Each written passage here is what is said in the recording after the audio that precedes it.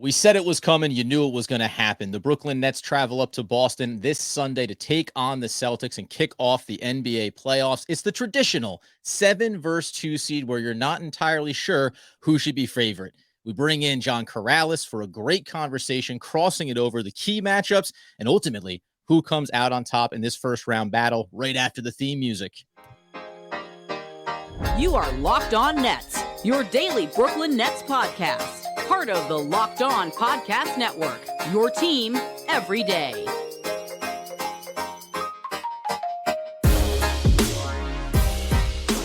Brooklyn, yo. That's right. It's a crossover Locked On Podcast Network format right here as we bring in the Locked On Celtics host, John Karalis. You know me, Adam Armbrecht, covering the New York Football Giants over on the One Giant podcast. There is Doug Norrie breaking it down for DFSR, Daily Fantasy Sport Rankings from DraftKings, FanDuel. He's got you covered. We thank you for making us your first listen free on all those great platforms. And John, first crack at the bat here. Are you super excited to break down this matchup come Sunday? Very excited for this 5-game series. That could be interpreted a couple different ways. I like that. I think you guys are going to love that game that you win. Yeah, win the opener. I think the solid format. Obviously, Doug, you're here as well as we're going to dive into all the key pieces that we want to break down for Sunday's game. We've seen some line movement that we'll get in here along the way, but just initially, do you think this is as even keel as general NBA, we'll call them pundits, are indicating? Because this is not your traditional 7 versus 2 matchup. This is not the old, Kevin Durant and Kyrie Irving do not come in as a 7 seed in the Eastern Conference playoffs.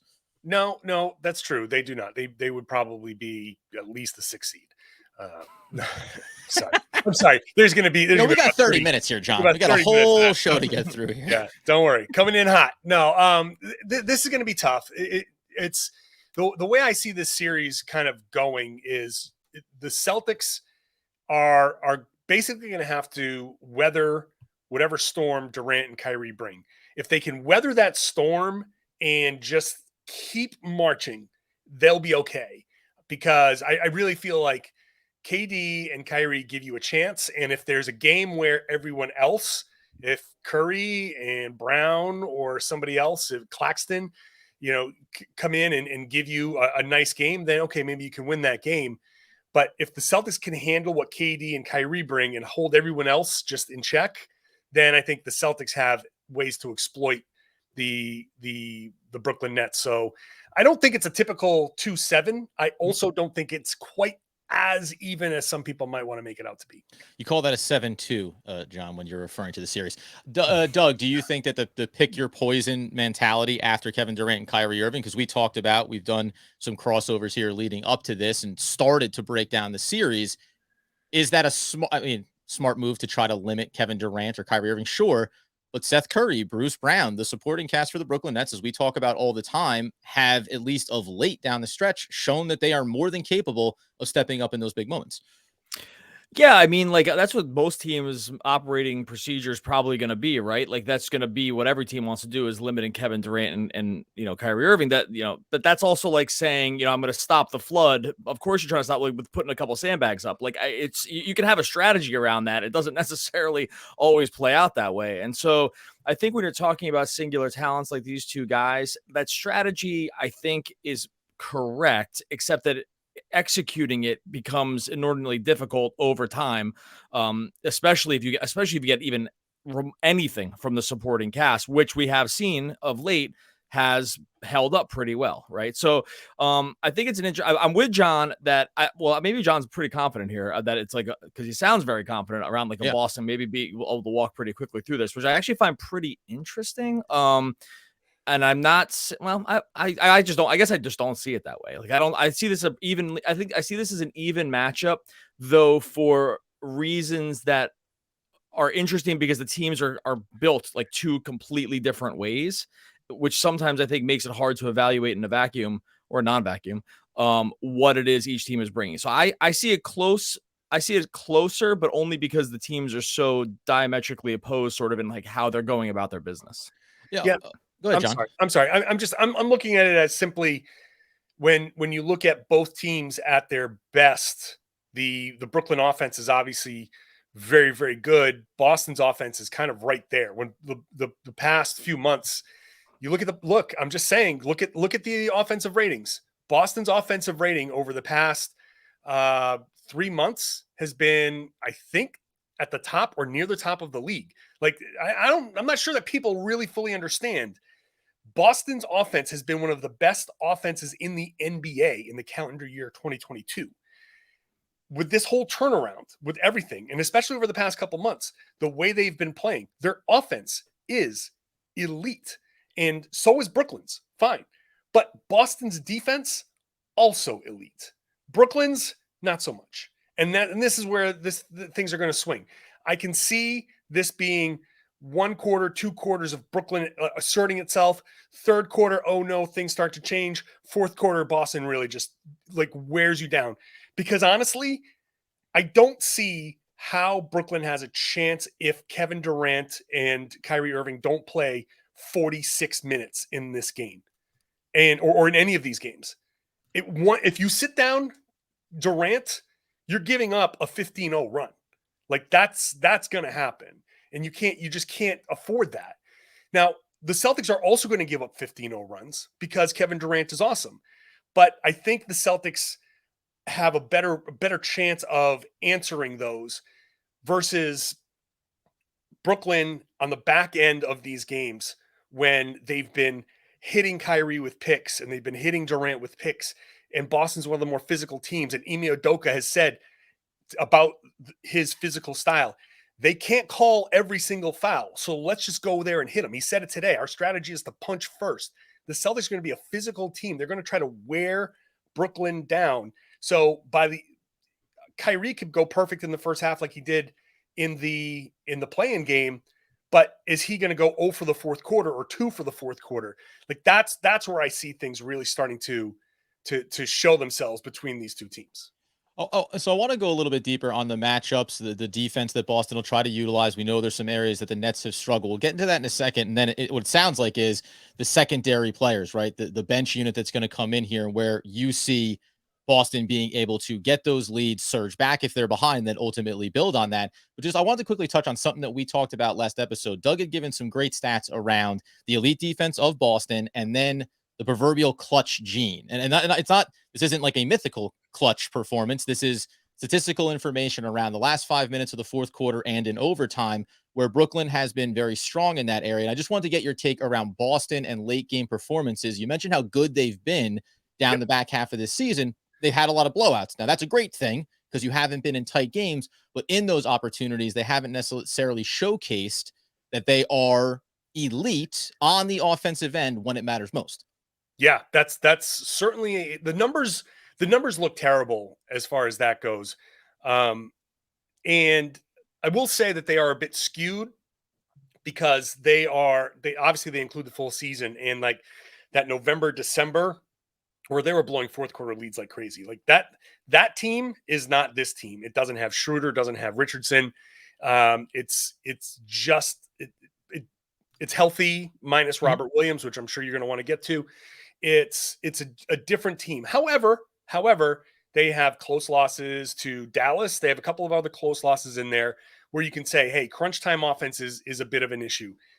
After the last close loss, I forget which game it was, but we're in their post game, and Ime and Al Horford and all those guys were actually upbeat because they were like, this is good for us. This is good for us to get.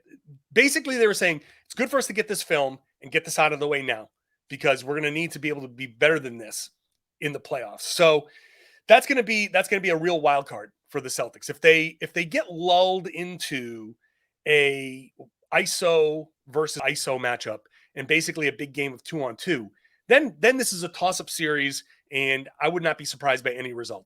But if the Celtics play their normal offense, which is Tatum drawing to, if you're going to blitz, because I think Brooklyn's probably going to blitz a lot, you blitz Tatum, you get the ball out of his hands, but then the ball pops around and you find the openings after that.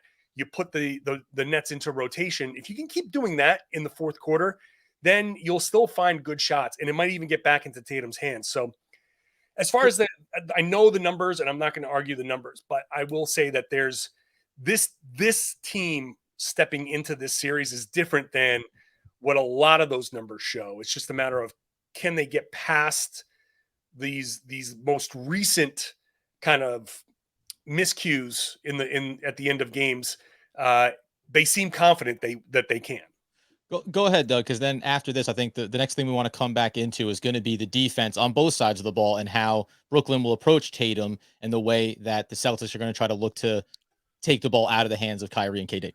Yeah, just I'll quickly respond to that. Like, so running the numbers from February 1st on, Boston still kind of does fall down in this effective field goal percentage near at the end of the games, like in these clutch situations. I will say though, it's funny about this around Boston, and this backs John's point up to some degree, is that their sample size for these games is much smaller than nearly anybody else because they've barely been in them. Right? It's like them and it's them and Memphis. Like Memphis has had no games either because they're just like, oh, no problem, we just kill everybody. Like we no need to be clutch when you're actually just completely stomping teams on a regular basis. So like the numbers are likely a little bit skewed along those lines. So I'm with you on it. And I would still say you can kind of see it in their personnel. It's like, oh, it would make sense that when things get bogged down, their team isn't like 100% made for a slogging half court kind of game because of like that on ball creation and ISO scoring, of which like Boston has really nobody in the top 50 in. Tatum kind of like barely cracks that, I believe, with no one else. Like that's, if you want to say that's the proxy for playoff basketball, then there are some definite issues. I know we're going to talk more about this stuff. First, got to talk to about our friends over at Bet Online. Bet Online's your number one source for all of your betting stats and sports info right now. Bet Online, this number's creeping in the Nets direction. It was minus 150 for the Celtics. Now it's minus 130, plus 110 for the series for Brooklyn. That's heading in Brooklyn's favor. So you want where the money's going? That is where the money's starting to head in Brooklyn's direction. Be on notice, everyone, over on Bet Online. It's your continued source for all your sports wagering information, live betting, the playoffs. Like I said, through the NBA, NHL, MLB underway. Bet Online's got you covered for everything. Bet Online's just got sports you probably never even heard of. They got, European stuff going on over there, boxing, golf. I mean, you've heard of golf, horse racing. It's all there for you on betonline.net. You head on over to betonline.net right now on your mobile device. You learned all about the trends and action. Bet Online, where the game starts. Hold on, what golf? How do you spell that? Now we're gonna get back into this little thing we call basketball. We'll break it down on the back end for you. Listen, I'll hit my European friends about that one. You can always go with bocce ball if you really want to throw people off. I'm turning to red over here. If you can see it on the bottom line is though, let's get back into. So I'm gonna start with you, Doug, from the net side of it, because something we haven't talked about yet coming into this matchup, and that is Jayson Tatum. Karalis mentioned there about blitzing, sending a lot of second guys Jayson Tatum's way. When we look at it from the Nets perspective, because the emergence of Nicholas Claxton down the stretch here, we know his switchability defensively. We know that Kevin Durant can take on that assignment. How often you want him to get taxed in that role is certainly something you can debate. But how do you see Brooklyn approaching Jayson Tatum defensively?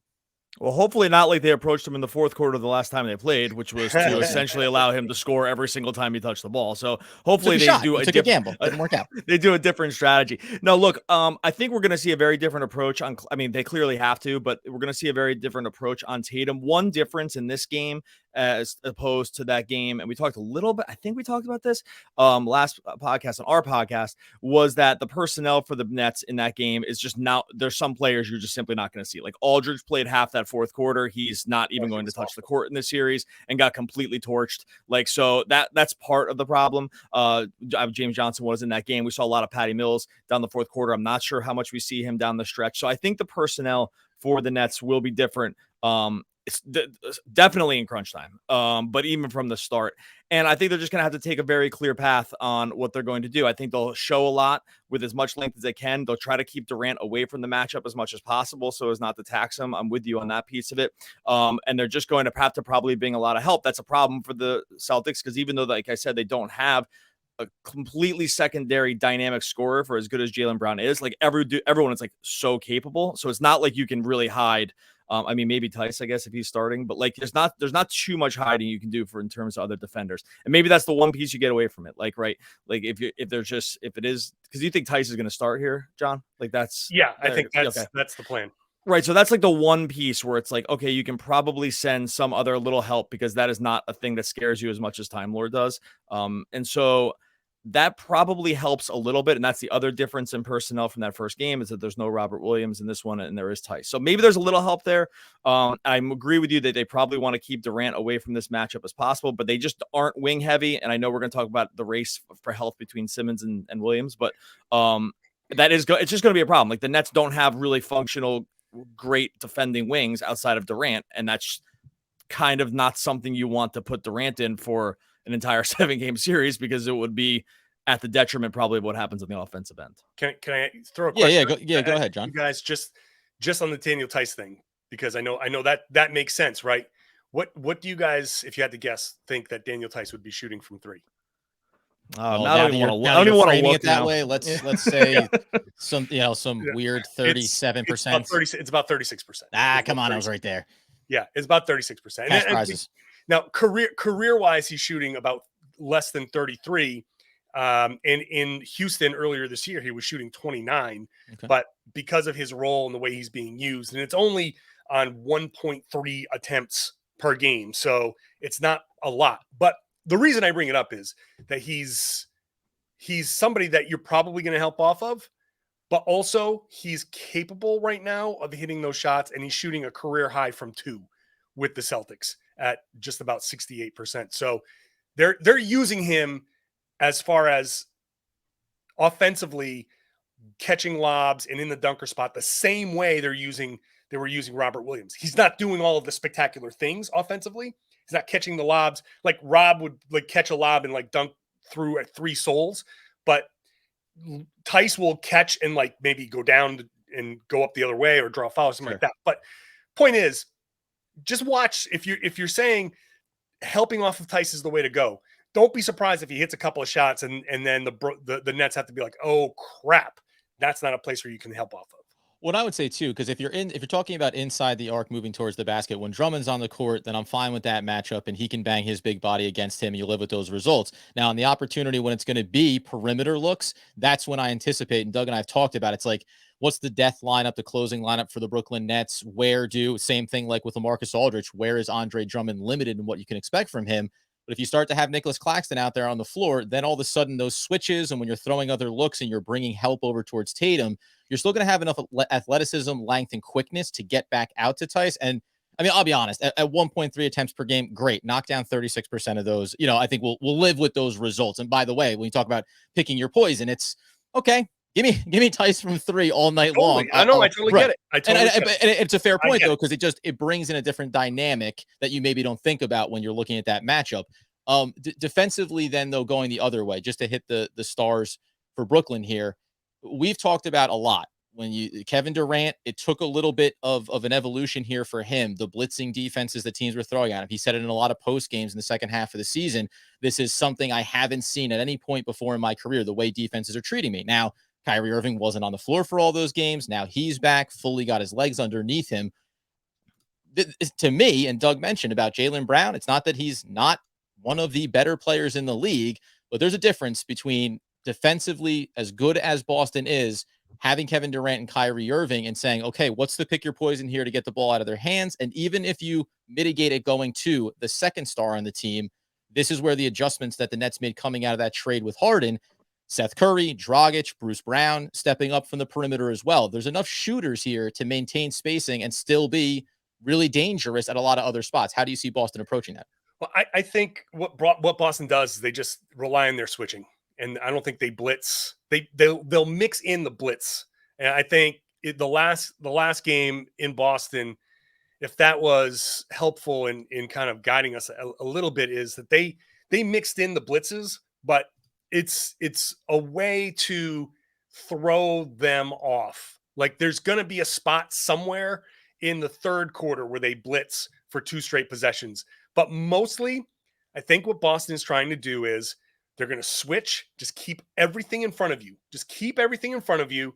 And you still have Al Horford down low, who's a really great defender, despite what Bruce Brown said. You got Daniel Tice, who can still block some shots, although not nearly as dangerous and doesn't strike any fear in anybody driving against the Celtics, and you shouldn't. But he's, he can block a shot, but he's not Robert Williams at all. But they're going to rely on those guys to kind of erase whatever mistakes the perimeter guys might make. But it's all about staying home on those ancillary guys. Do not let Curry, do not let Brown, do not let anybody else go off and kill you with a 20-point game and have KD drop 14 assists. You don't want that. You want to switch. You want to run them off the 3-point line, but you want to have them take those tough contested twos. And Durant's going to make plenty of those. But that's the way you keep them the most in check. It's just you're basically trying to decide what shots do you want Durant to make. And if it's those pull up, fade away, 18, 20 footers, great. We'll take those all day long. Same with Kyrie. And if they both score 40, that's fine. We'll see if you can hold the rest of the Nets to 30 and have Boston's offense score 130 of their own. So that's how I see things. I don't see, maybe we haven't seen any zone from the Celtics at all this year. Right. I wouldn't be surprised if they just here or there just pepper it in.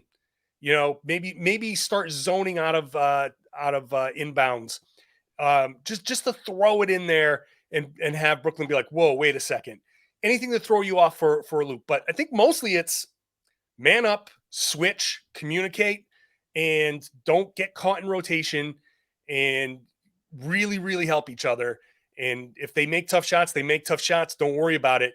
Go down the other end, just work your offense, and hopefully Boston's offense can get easier shots and pile up easier makes. And I think they'd be very happy to outscore Brooklyn. And we've seen the Nets certainly struggle when defenses have switched up and given them different looks for a couple of possessions. Specifically the zone. Specifically the zone has given them specifically the zone has given them just like an inordinate amount of problems for whatever reason.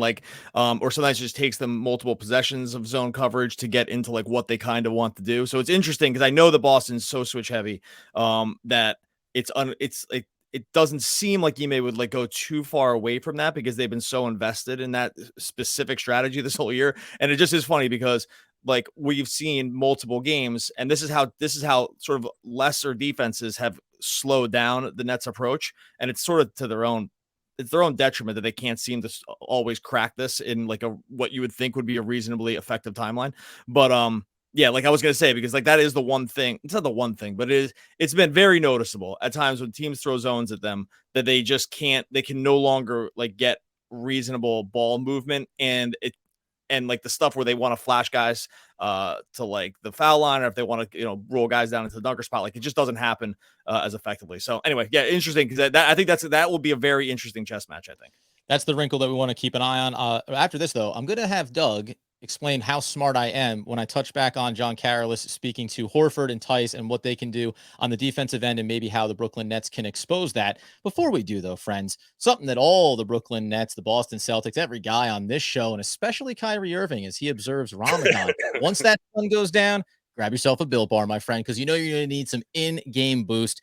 It's why when you reach for that 100% covered in real chocolate, big dose of protein for you. They even have an option to get some of these delicious puffs, which are known as protein-infused marshmallows. Absolutely exquisite. Get inside those stat lines, my friends, and you're talking about just 130 calories, only 4 grams of sugar, only 4 net carbs, and 17 grams of protein. Here's the dirty little thing we hate to say on our show, 240 calories in some of those candy bars you reach for, and 30 grams of sugar. No, John. I know you wouldn't reach for them, nor would I. Mint brownie, coconut almond, and all the new delicious flavors that they have over on Built.com. If you can think of it and you think it would taste good, undoubtedly, they're making it over there. And when you head over to Built.com right now, use promo code LOCKED15 and you'll get 15% off on your order. Use promo code LOCKED15 for 15% off at Built.com. Hey, gentlemen, do you guys drive? I've been known to. Yeah, we all drive, and sometimes we need things for our cars, trucks, golf carts, Doug, whatever we have with the motor in them. You want to go to Rock Auto for anything that you have a need for, any motorized thing you have a need for. Basically, whatever your car or truck, motorcycle needs. Don't bother spending 30 to 50 to 100% more at a chain store, which is impossible for them to have everything you need in that little place. It's just not possible. And heaven forbid you go to a dealership to buy a part. Rock Auto is a family business. They've been doing this for 20 years, so they're going to treat you right. Pop in the specs on your own computer. Don't waste your time or money going to the chain store. Just do it at home. They'll pop up this huge catalog with a lot of different parts at every price point. Whether it's complicated, I have no idea when I pop a hood what I'm looking at, but maybe you do, and you can go to Rock Auto and find whatever you need. I can do windshield wipers. I can do headlights. That's about it. And I can also go to rockauto.com. So when you go over there and you see all the parts that are available for your car or truck, right? Locked On in there. How did you hear about us box? It's the only way that they know that we sent you. Locked On in there. How did you hear about us box? It's an amazing selection.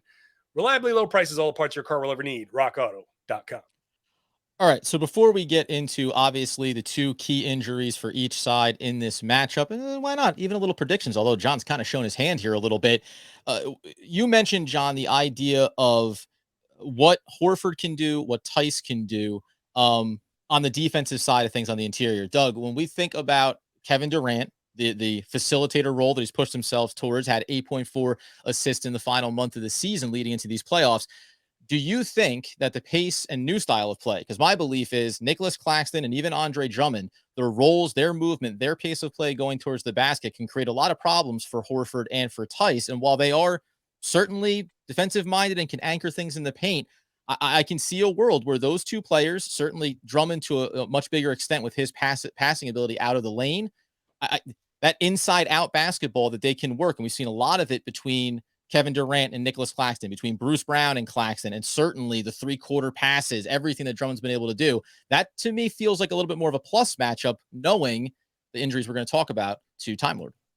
I will say that Bruce Brown made a major mistake here, an error in last game by giving the Celtics bulletin board material by questioning how much Horford and Tice were going to be able to handle his role in the offense, which Durant instantly wanted to. I mean, he might have just actually backhanded him because Bruce Brown, that is, because it's well, why would you even mention these guys' names? Why do we want to piss these guys off? This is insane. Sure. These guys are really good defenders. This is totally insane behavior. I think he was just a little out ahead of his skis because he had played really well. Look, I think the fact that the Celtics do range a little bigger, helps keep those guys, specifically Drummond, probably on the court a little bit more. It's always a little easier to play him off the court. I think if we see him playing more than 24 minutes a game in this series, something is probably gone a little haywire. That's my guess. And I think they probably would hope to at some point employ the KD at the 5 lineups to really, really push the action and just say, hey, you guys have a lot of length. We'll just go speed transition, whatever else. So I think that the size for the Celtics across the back line, relatively speaking, makes it a little easier to keep those guys on the court for longer, specifically Drummond.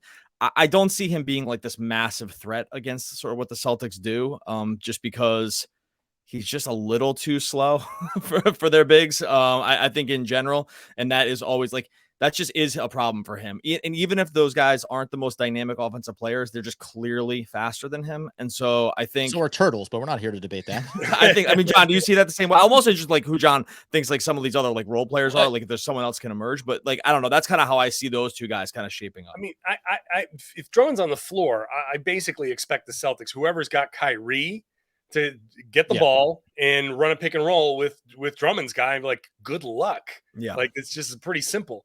I think as far as what role players do I think on Brooklyn?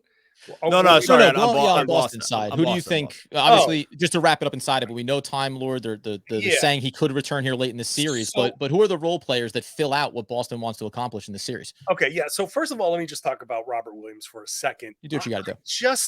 I just feel like he's going to be back sooner. I don't know why. I think the way they've been talking about him, I know that the way the series has been spread out, 4 weeks, it's a 4 to 6 week time frame.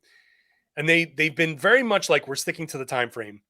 But the way I hear people talking about it within the organization, I feel like he might be back sooner than game 4 or game 5. But that's just my guess. In the meantime, you're going to rely on Daniel Tice. Derek White is going to have a huge role in this, especially when they do decide to, if you do decide to go with KD at the 5, then Derek White becomes huge because you probably run Al Horford at the 5 and just hope that he's not like quick enough that he's not going to get blown by, that he's just going to have a little bit of length. And with the Celtics help, defenders there, that they can kind of just keep KD in front. But Derek White on the perimeter is going to be a huge asset. And the question is whether he can hit shots, but defensively, taking charges and all of that, like there are going to be times where KD dumps it off, someone's going to go in and Derek White's going to slide right in there and take a charge. And that's going to be, a huge game-changing play. So I'm looking at him. I'm also looking at Grant Williams, because Grant Williams has spent a very significant portion of the season as one of the best 3-point shooters in the league. Then he dropped off a bit. So he fell. I don't know where he finished the season. I haven't checked, but for a while he was in the top 20 of 3-point shooters, and especially in the corner. So if he can get that shooting touch back, then that just makes it a lot tougher, because if you're going to help, and if Tatum can get to the rim the way Tatum has been getting to the rim, you're gonna collapse, and then he's just gonna kick it out to the corners. And he's been great at finding those guys. And if it's Grant Williams and he's Mr. Corner Office and he's hitting those shots, then forget it. It's all about really if you want to boil this down to one single statistic, if Jayson Tatum averages 7 assists a game in this series, this is going to be a very quick one, because he's just going to be picking you guys apart. And if you can hold him down to 3 or 4 assists a game, then this could be more of a toss-up series. But Tatum moving the ball and getting it to guys like Grant Williams, getting it to a guy like Derek White and other guys in the corners, those shooters. The Celtics haven't had a lot of shooting, but Grant has been reliable. Pritchard maybe in certain circumstances, but I don't see him having a huge role. But if those guys in the corners can start hitting threes and Tatum is facilitating, then that opens things up. And if you get into a point where you don't feel like you can leave that guy in the corner, then that just lets Tatum get those shots at the rim, and you're going to see and ones down the stretch. And I feel like we'll see a much better closing stretch from the Celtics if that's the case. Just real quick, Peyton Pritchard was 13th in 3-point shooting, and Williams was 16th over the course of the season. So two top 16 shooters. I mean, 15. He was tied with Drew Holiday. So 2 top 15 3-point shooters coming off the bench in Williams and Pritchard. And this is where we talk about flipping on the other side of it, why Doug and I talk so much about Seth Curry being so crucial, because he's one of the only other 3-level scorers that can, with the ball in his hand, take the 3rd or 4th best defensive assignment on that end of the court and say, okay, I'm going to need to attack. And it's why his ankle becomes so crucial. If he's healthy, if he has full mobility, then he's going to be responsible to expose those areas of weakness. Bruce Brown is going to be responsible to punish anything that Boston does defensively, where they try to take away Kevin Durant, try to take away Kyrie Irving. Anything else you want to get to, Doug, here before we really dive in on predictions? Obviously, when you mentioned Time Lord just quickly and his return, walk into the warm waters of Ben Simmons, man, because by the numerous timelines you could go by, he's been playing for the past 3 weeks. He's been looking good. He's been out there on the court, giving max minutes and efforts. But unlike the Celtics, the Nets fans have to wait till Shams Charania goes on the Pat McAfee show to understand what the injury news is. Like, that's basically how Nets fans get their injury news now. Not from anywhere else, not from the team, not from any local reporters. It's when Shams goes on his own show that's ends up becoming the only update. Right now they gave a timeline. The big timeline was.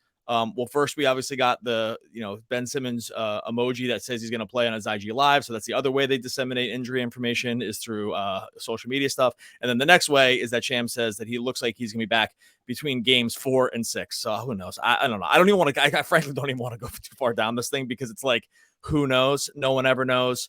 Games 4 to 6 is a huge gap. It's probably unfathomable to think that he plays more than 15 minutes a game. And so I don't know where Williams's ramp up would look like, but I think that I'll just sum it up this way. The Nets would probably need to advance past this series for Ben Simmons to start becoming like a real playoff factor. Like, I think that's kind of where I land going in. I'm happy. I'd love to be wrong about that, but I just don't know how you can feel any shred of confidence. We could talk about predictions, but that's that's the Ben Simmons piece. I don't see how you guys. I don't see how Brooklyn can put him in a playoff series. You're telling me a guy's going to sit out a year, go join a new team. That's right. and his first coming off a herniated disc. Yep. And his you forgot the epidural, John. Yeah, the epidural. Yeah, sure, of course. My fault. My bad. His first action is going to be the middle of a playoff series against maybe the most physical team in the East. Sure. Yep. You got it. You summed it up perfect. Anything else, John? But this is why we always default to the second that he steps on the court, we're ecstatic, we're great. We'll see what he gives you, whether it's 5 minutes or 15, awesome. But until it happens, it just seems fruitless to go through this speculation because legitimately, you could have done this for the past month and a half, and fans, I know they're excited to see him, but at the end of the day, everybody has been consistently wrong and then wrong again and then wrong again. So show me when he's on the court. I'll be ecstatic to see it, and obviously big impact if one or both of these players gets on the court inside this series. Let's tie it in a bow here. Who obviously you've laid out a lot of things, John, that could indicate this is a easy quote unquote series overall, relatively speaking, for Boston. But do you think that all of those things happen in that way? I see it as being a 6, maybe 7 game series where the Brooklyn Nets can take it. But do you paint this picture that you said over the last 30 plus minutes of being realistic that this could be a 5 game? They give up 1 against the Brooklyn Nets and get rid of this thing relatively easy? I think that the Celtics can take this in 5. And the reason why here's a couple of reasons here. How do I take you out of the podcast? mute this jerk, this Boston jerk. No, here's why. Because I don't trust that anyone besides Durant and Irving are going to score against the Boston defense. Boy, you're underselling a lot of guys on the Nets, I think. Yeah, but I'm also not underselling Boston's defense. Oh, that's fair. Which is still the number 1 defense in the league. And like I feel like the other thing is I don't know. I'm racking my brain to figure out what are Steve Nash's adjustments? What do you, if there's something that doesn't work, what do you do? Do you I don't know, like you can't start anybody different, what's the big adjustments? Like the Celtics can go with Al, and you can go Grant Williams, you can't go big, you can go small. You can throw a zone, you can start blitzing, you can start doing all these other things. I don't see where Brooklyn has realistic adjustments that they can maintain to stop Boston. I feel like the Celtics will, like, this might be a hard 5 game series, but it's still like, I think the Celtics can win at home. I think the Nets will win game 3, Boston will squeak out game 4, and then they'll win game 5 at home. And that'll be it. I just don't see how Boston, how Brooklyn can stop Boston. Listen, to your point, and then we'll go to Doug and we'll get out of here. But there are 3, I think, unproven options for the Brooklyn Nets to have interesting impacts in this series. And they're all, they're unproven, they're rookies, they're young players. And whether or not you would ever get to that point, I think that's the difference. I don't think they'll get to the place where they need to think about what could Cam Thomas give you in a burst offensively if Seth Curry's ankle isn't holding up, et cetera. Like, I don't think we get there because it's not a viable option. Thinking about Kessler Edwards, who everyone likes and can do things defensively, but the idea that he's going to consistently knock down perimeter looks, he's shown he can. He's also shown that he can just be kind of streaky in that vein. So I think it's fair that the Nets don't have the depth pieces to go to when you talk about adjustments. I just think that it's the talent at the top, and I just think Katie and Kyrie, to me, they win the day. Which I'm resting on the superstar talent, and the first time in 2+ years where we've had both of them on the court together. Go ahead, Doug. I'm sorry, but also let's not pretend that Jayson Tatum's not a top 5 MVP candidate. No, 100%. Yeah, I'm not. This isn't. Yeah, I think that's what's being overlooked. Sorry, Doug. Go ahead. Man, I was prepared to waffle a little about this, but John's confidence has me just kind of ticked off about it. So now I'm just going to go the other direction. And it's which is like the totally irrational way to prognosticate around something, which is this guy's been going through some changes here lately, John. Strictly on emotion. I do think that it's underselling Kevin Durant to a pretty significant degree to say that it's going to be like an easy 5 game series. Like where the Nets clearly have like easily the best player in the series. Went to 7 against Milwaukee last year by himself. For as good as literally by himself, right? Like so I think that as good as Tatum has been, the Nets, I mean, maybe you want to, we will go long if you're going to disagree. So I'll just say, to me, Kevin Durant's easily the best player in the series. Probably the best your top 2 draft picks of who you'd want to walk into any 7-game playoff series with in the whole NBA would be my guess, to be something like that. Or at least that would be for me. So I think that undersells that. I'm not as confident to say like the Nets can do it in 5 going the other way, because like I said at the top, I think I waffled a little bit, but now I was going to probably say Boston in 7, but now just because John ticked me off around this, I'm going to say Nets in 7. And that's based on nothing else except now I was already rooting so hard for the Nets, and now this has only made it to me want to root harder. Just so there's like one other little piece that we can like check off about John being wrong. So there you go. If you listen in closely, you can actually hear Doug's blood starting to boil. We ran long. This is what it looks like for me to be mad. Oh my God, he's fuming. We knew an episode with John was going to be thick. It was going to be one that was jam packed. We knew we were going to go a little bit long, but the good news is you now get to enter in to the start of this playoff matchup feeling like you have all the angles. If you're a Boston fan, we didn't dissuade you of your confidence. If you're a Nets fan, John's out of his mind, obviously. We will probably connect over the course of this series, as it's going to be a long one. It's going to go 6 or 7, as we all understand. John, anything that people need to know about finding you out there before we get out of here? You can yell at me on Twitter at John_Karalis. That's it. That's fine. There you go. Find me there, and we'll go from there. Let's tweet out John's home address. Exactly. Hashtag Nets World. Sick 'em. Doxed over.